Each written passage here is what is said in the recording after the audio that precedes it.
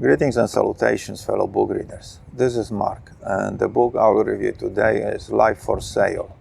Before we continue, this is personalized limited edition of Life for Sale with leather cover designed and made by me. At the end of the video, I will tell you a couple of ways of how you can get one for yourself if you are interested. Now let's get back to the review. Life for Sale is a novel by Japanese writer Yukio Mishima, originally published in 1968 as a series of weekly magazine installments, which later were made into a book. Mishima was a very controversial figure, a writer, an actor, a model, and a right-wing extremist who in his personal life was pulled by contradictory feelings and instincts, and seemed to be at constant war with himself.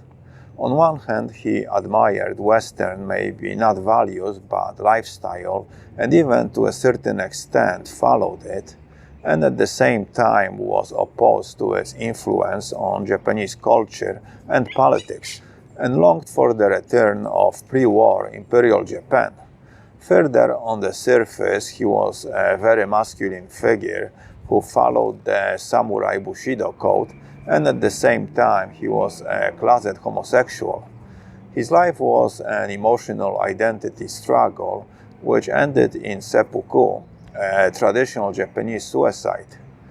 Mishima is considered one of the greatest Japanese writers of the 20th century and was nominated for the Nobel Prize 3 times, but he lost it to his countryman Yasunari Kawabata, who became the first Japanese to win it. Perhaps this loss hurt his pride and partly influenced his decision to commit suicide. If you are interested in Mishima, there is a very good film based on his life and death titled Mishima, A Life in 4 Chapters, which is very artsy and well made, even though it comes out of Hollywood. What is Life for Sale about? It is about a young man disappointed with his life, but not brave enough to commit suicide, so instead he creates a scheme to provoke others to kill him. From that moment, death hung over him snugly, the way snow caps a red postbox after a particularly heavy snowfall. The book shows the influence of opposing forces of life and death on the individual and how one deals with it.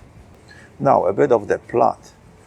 The main character and the narrator is Hanyo Yamada, a young copywriter who on the spur of the moment decides to commit suicide, but fails. Considering suicide too difficult, he posts an ad where he offers to sell his life. The first person who takes him up on it is an old man whose much younger wife has left him for another man. So the plan is for Yamada to seduce the woman and be caught in the act by the boyfriend, who in the fit of jealousy will kill both of them. As it usually happens with plans, it didn't go as expected, since Yamada continues alive and is contracted to confirm the effect venomous insects have on the human body by taking the venom. But again he survives. Yamada's next client is a young boy who hires him to serve his mother, who the boy believes is a vampire. And as usual, Yamada comes out alive and well paid. Later, thanks to his Life for Sale ad, he gets sucked into a dangerous game of international espionage, but the game is no match for his skills, and more so for his luck, so he survives the affair and receives a small fortune as compensation. Eventually, Yamada realizes that trying to die is hard work and decides to take some time off and enjoy his earnings. As he starts his new life, he meets a crazy virgin who opens his eyes to some profound truths about himself and his doings. And that's the basic plot. What are my thoughts about Life for Sale?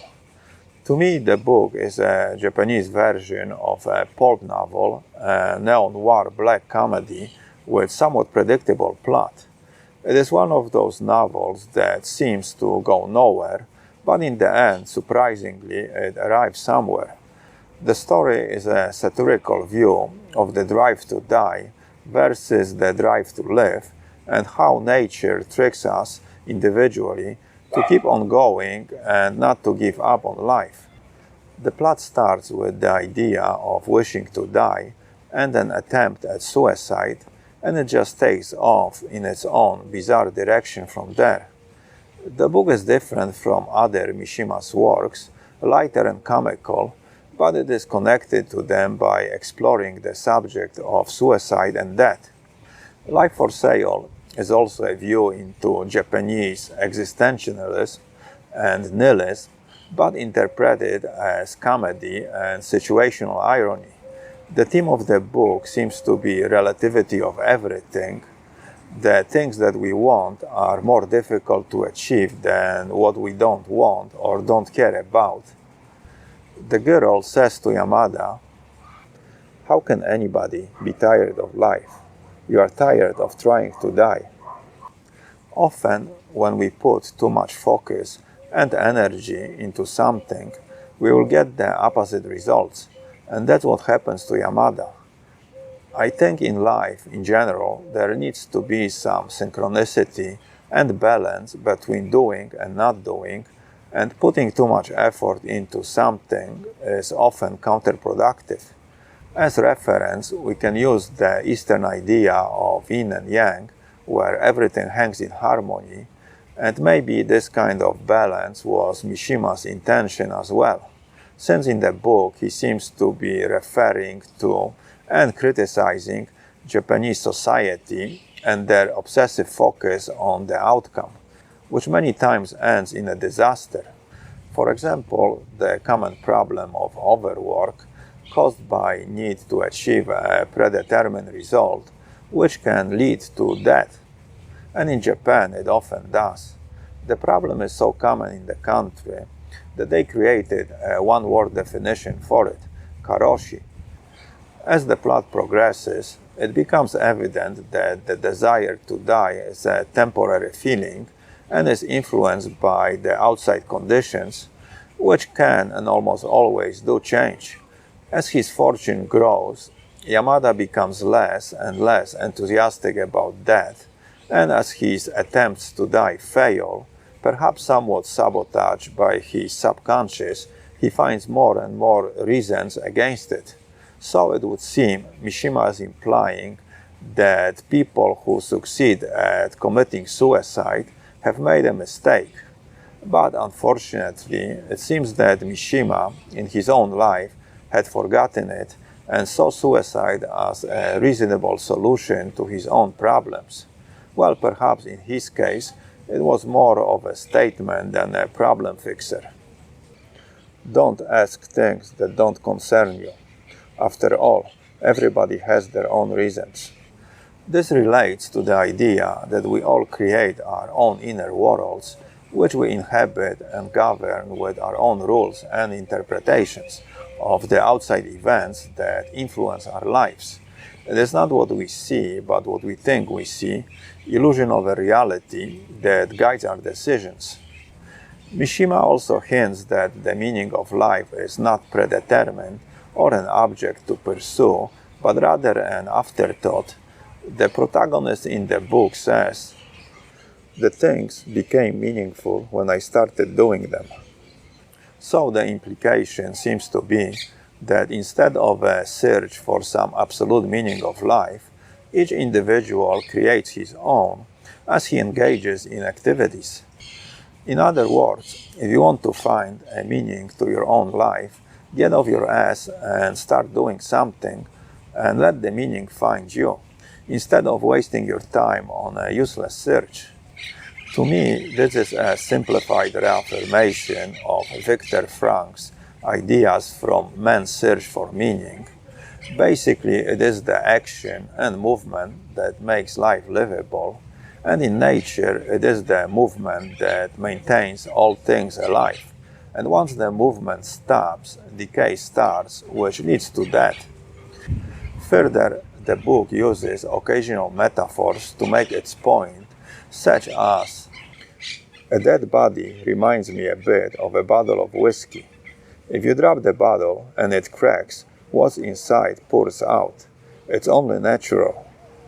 Which sounds like a metaphor for human psychology. If you put yourself under too much pressure, you might crack, and everything that you would prefer to keep hidden and out of society's view will come out into the open.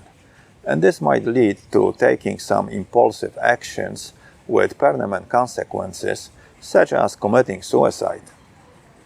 To sum it up, Life for Sale is not Mishima's best work. It seems to have been written spontaneously, and he probably wrote it in his spare time and short bursts to see where he would arrive, since originally the book was a collection of short pieces written for a periodical. The novel is light and entertaining in a style similar to Voltaire's Candide. It approaches some serious existential questions in a humorous way.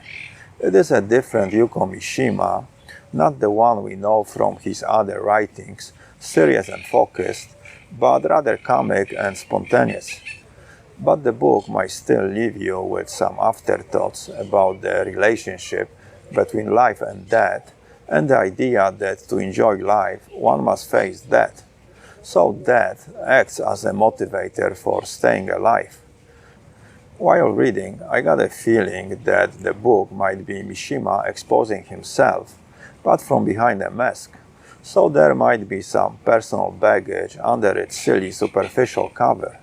Probably he already entertained the idea of suicide, since the book was written a couple of years before the actual deed, but couldn't yet find the courage or the reason to do it in a spectacle-like way, such as samurai seppuku.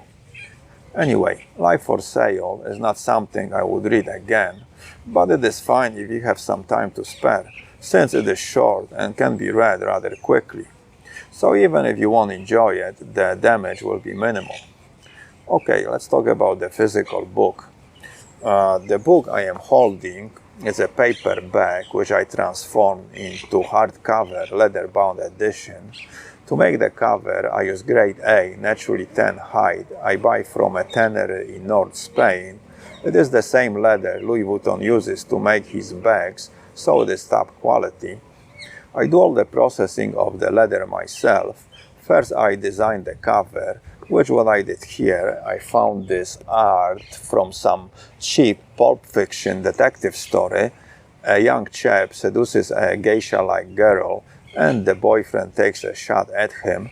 Obviously, deducing from the background, the plot was taking place in the Orient, so it goes nicely with Life for Sale.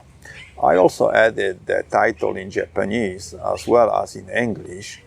This is the back with the blurb and Shinto shrine gate to give it a bit more of a Japanese feeling to it. And inside the front cover, I printed a quote from the book. If you want to see a more detailed video where I explain how I transform paperback into leather-bound hardcover, click on the link in the description. I will make a maximum of 100 editions of each title. Each one will be numbered and initialed, and the numbers will go in chronological order from 2 up, since number 1 stays with me. The price will be around $100, so if you would like me to make one for you, you can click below on my email and send me a message. I do not guarantee I will do it, since it will depend on the time I have available, access to leather, and if I can get my hands on the copy of the book. Now, if you're not willing to spend the $100, but you still want the book, what you can do is click below on the PayPal link and donate $3 or more to my channel. And for every 100 donations, I will make a lottery and draw one name, and the winner will receive the book. So if you are cheap but feel lucky, this might be the way to do it. Also, your donations give me the extra motivation to make the book reviews, and I appreciate them very much, so thank you in advance. One more thing, when you make your donation, remember to include the title of the book you would like to win. The book itself is beautiful. Visually, it has a very nice texture, it smells great, and the more you handle it, the more beautiful it will become. And it makes a great gift for yourself or somebody who appreciates books. So if you want one, don't snooze or you might lose. Well, that's it. So let's end it here. And until next time, keep your ear close to the ground and read a book. Adios.